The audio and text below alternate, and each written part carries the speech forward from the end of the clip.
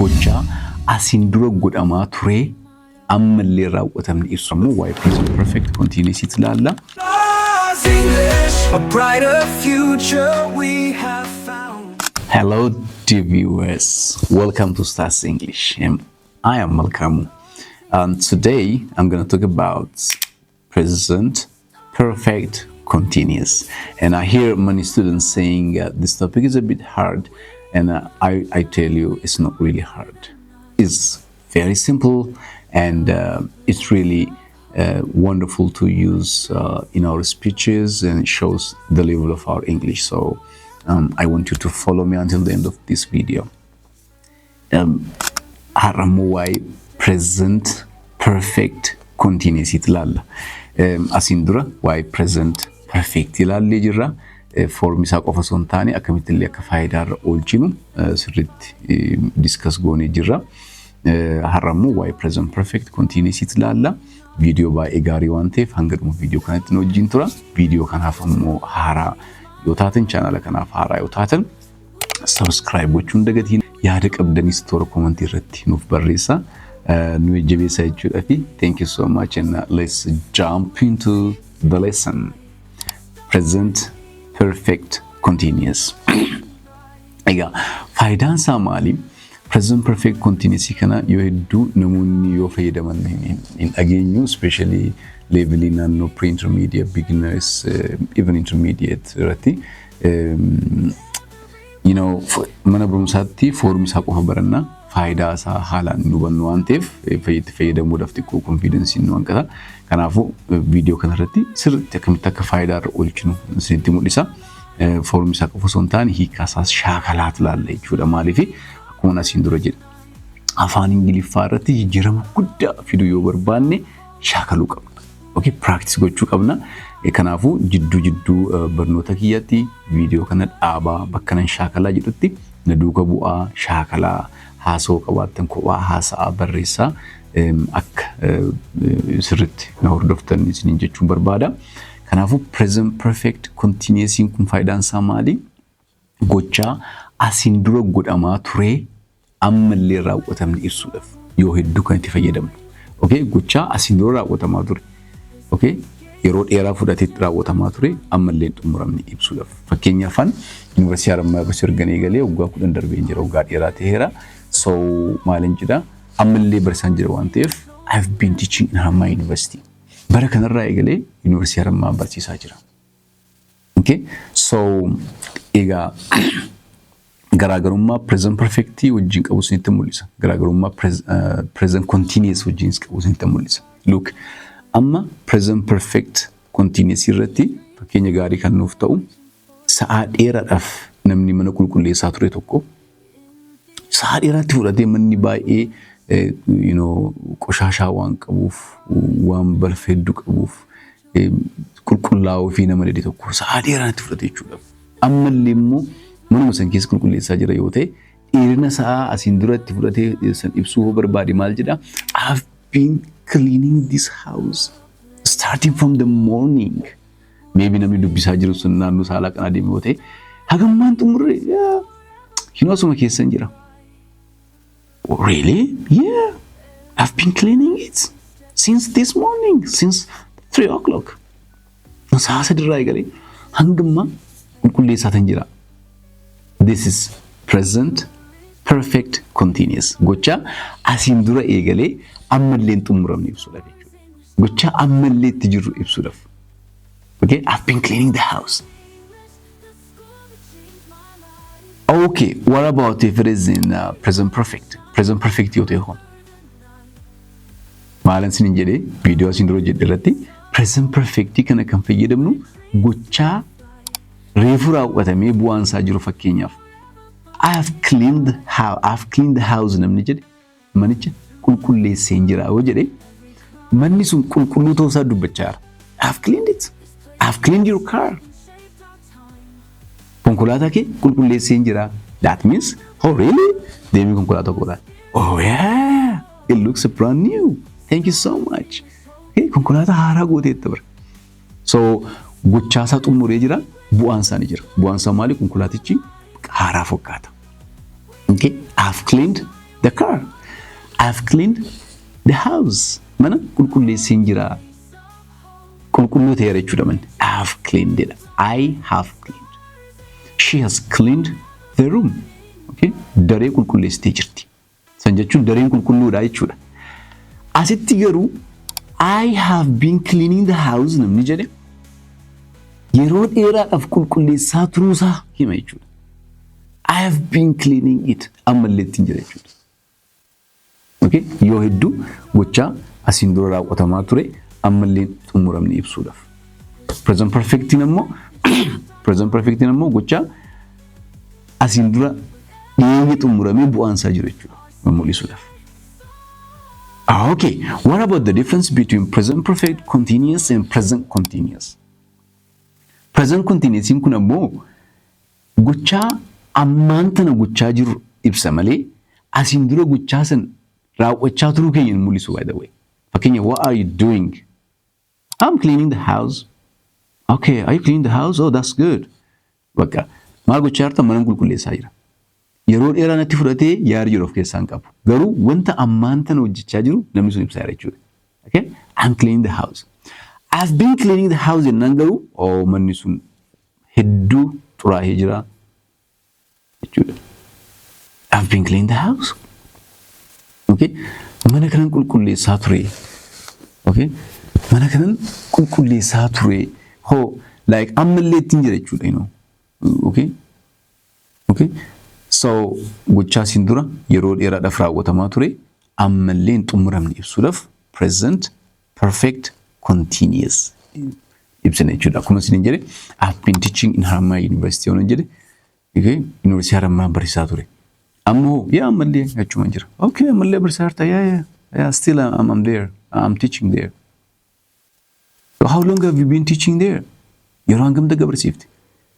You know, I've been teaching there for more than 10 years, like 14 years maybe. You see? Gochaa kana present perfect continuous ibsina jechuudha. That's the use. I think amma waan isin galeen fakkaata. So isaan sadeen kun garaagarummaa akkanaa qabu. Present perfectiin gochaa reefu raawwatamee bu'aansaa amma jiru fakkeenyaaf I've eaten lunch waan jedhe nyaadheen jira quufan qabaadha. I've been eating lunch namni jedhe garuu sa'a dheeraadhaaf firran ture nyaata kanarra, you know. I've been eating, it's very delicious food. You know, I've been eating a lot, really. Nyaata jaalatteerta jechuudha. Sa'a dheeraadhaaf oh my goodness. You see? I'm eating innaan ammaan tana nyaachaan jiraadha. Sa'a dheeraadha turuu mul'isu. I think it's clear. Okay, very good. Now let's move on to the form, the structure. Let's begin from the positive one. I, yoo fayyadamne have jen. I have been, by the way, been in dirqama barbaachisaadha. B-E-E-N. I have been cleaning the house. I have been playing football. I have been. Then ing. She, he, it yote mo has been jen. She has been cleaning the house. He has been cleaning the house. Okay? It has. We yote, you yote, the yote is akum havi kana. Maal fudhate jechuudha? Havi fudhate jechuudha akkuma ai kana. Have. Okay? They have been cleaning the house. Isaan mana qulqulleessaa turanii ammas itti jiru. We have been cleaning the room. We have been jenna jechuudha. Okay, we have been. Okay, very good. Mee amma ni shaakalla. Let's practice video kana yeroo deeqaa sakandii 30 dhaabdanii akka shaakaltaniin barbaada. Jechoota kanniin gochaawwan kanniin ilaalaati. Gochaan ture kan jedhu ibsa. Isaan kanniin gochaan ture, for example, watching video, sitting on my bed, playing football. Okay, akamittu. Akana gochaan ture jechuudha. Use this one. I have been. Mine I've been watching Video. Namni YouTube irratti amma fakkeenyaaf sa'a dheeraadhaaf viidiyoo ilaalaa ture. Okay? Namni dhufee yoo gaafateen like what have you been doing maal jechaa turte. You know, I've been watching English language video on YouTube. Oh, that's good. Okay, so haala sanii shaakaluu hin dandeessu. Pause the video and practice. English, a brighter future we have found. Okay, wonderful. Hopefully you've practiced that. And now let's move on to the negative one. Negative. Ammoo akkana gochaa hin turre jechuudhaaf yookaan immoo akkana gochaa hin jiru jechuudhaaf akkana gochaa hin turre ammas ittiin jiru kind of. For example, I have not been jennaan. I have not been cleaning the house. I have not been cleaning the house. Okay? Akkana gochuutu hin turre. I have not been cleaning the house. She, he, idiot immoo akkuma asiin dura isinitti mul'ise has not been cleaning the house. They, we, you, Theo, we have not been cleaning the house. Noti mana qulqulleessaa hin jirru yookaan hin turre hin jirru. Okay? Yeroo dheeraaf kana gochaa hin turre. Ammas kana gochaa hin jirru yaadee dhugaa jechuudha. Okay. And let's talk about pronunciation now. Look, I have not been cleaning the house. This is written language. Look, this is written language. When we pronounce, we have to use this one. I've. Look, I've. Not I have, but I've not. I've not been. Not in general, not. I've not been cleaning the house. I've not been cleaning the house. She has not been cleaning the house. She's not been cleaning the house. She's not been. He's not been. He's not been. You know, we have to pronounce it that way. We have to speak that way. Okay? Ingiliffa keenya Ingiliffa barreeffamaan jirutti haasaatti jijjiiruu hin qabnu jechuudha. Akkuma afaan Oromoo walitti hiinee haasofnutti Ingiliffallee walitti finnee walitti qajeelchinee haasuu danda'uu qabna. Kanammoo shaakala keessa finna practiceetiin finna malee waan beekne qofaaf illee finna jechuudha. Okay? Okay? Akkuma yoo hundi jedhu you know, Ingiliffaan beekumsa qofa miti by the way. Iskiilidha. Ogummaadha. Ogummaa immoo namni muuxannootiin argata malee hedduu waan beekeef hin argatu. Okay? Namni teessoo bareedaa tolchuu barbaade tokko waa'ee teessoo hedduu waan barateef beekumsi guddaa teessoon akkamitti akka tolfamu waan qabuuf teessoo gaarii tolchuu hin danda'u. Okay? Ka'ee mismaara dhahee okay? Magaazii muree walitti fidee jallisee maal godhee shaakaleeti. Kanaafuu pronunciation kanas akka irra deddeebitanitti hin barbaada. So that's why I'm saying it again and again. Okay, no jechu so tola like I've not been cleaning the house. I've not been playing football. Okay? Kuba tabacha min turre. Kuba no ya akas one branguch. What have you been doing then? No, I've not been playing football. I've been reading a book. Okay. I've not been. Jamie, I've not been. She's not been.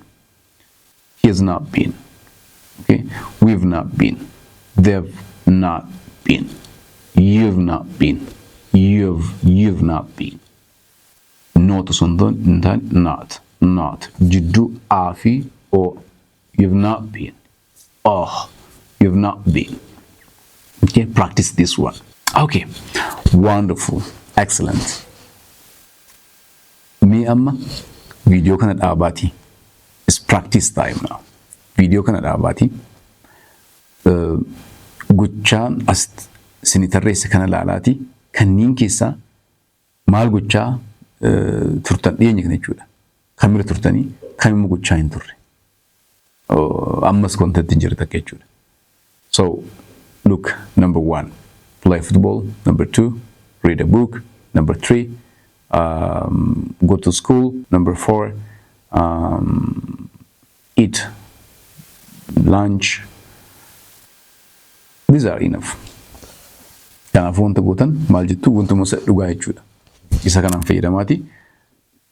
I've been blank space. Bakka duwwaa kan inni jitti na qunda indagatina. I've been reading a book. Yoo dubbisaan turre immoo I've not been reading a book. I have not been reading a book. So pause the video for a minute and then practice this one. Okay, very good. I hope you're practicing in a very nice way. Now let's move on to the question. Third part, question. Akkamitti gaaffii kun. Okay. Ati yeroo dheeraadhaaf kana gochaa turte. Okay. Maalina? Number one. Have I been, I've been in san, Margona, I have, kajusan, have I gone actually. Okay, have I been cleaning the house? Has she been cleaning the house? Have they been? Don't you have? So have they been cleaning the house? Have they been playing football? Like that. What have you been doing? Have you been reading a book? I'm asking you. Have you been surfing internet? What have you been? Okay, so this is how we make a question. Have you been? Have I been? How has she been? You dibs no come to dibs no. Isa kana lit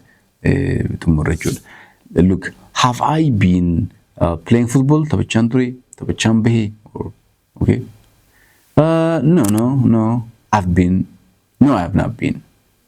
Have I been? Yes, I have. You only positivity. Guchanduri, okay? Has she been cleaned the house? No, she hasn't. Yes, she has. Yeah, she has been doing that. Yeah. Have they been cleaning the house? Have they been cleaning the house? Yes, they have. No, they haven't. No, they haven't been cleaning the house. Yes, they've been cleaning the house. No, they haven't been. Good. So, halakanan practice gochuu hin dandeenye jechuudha. That's all about present perfect continuous. I hope video kanarraa hedduu barattan jedhee tayyaada.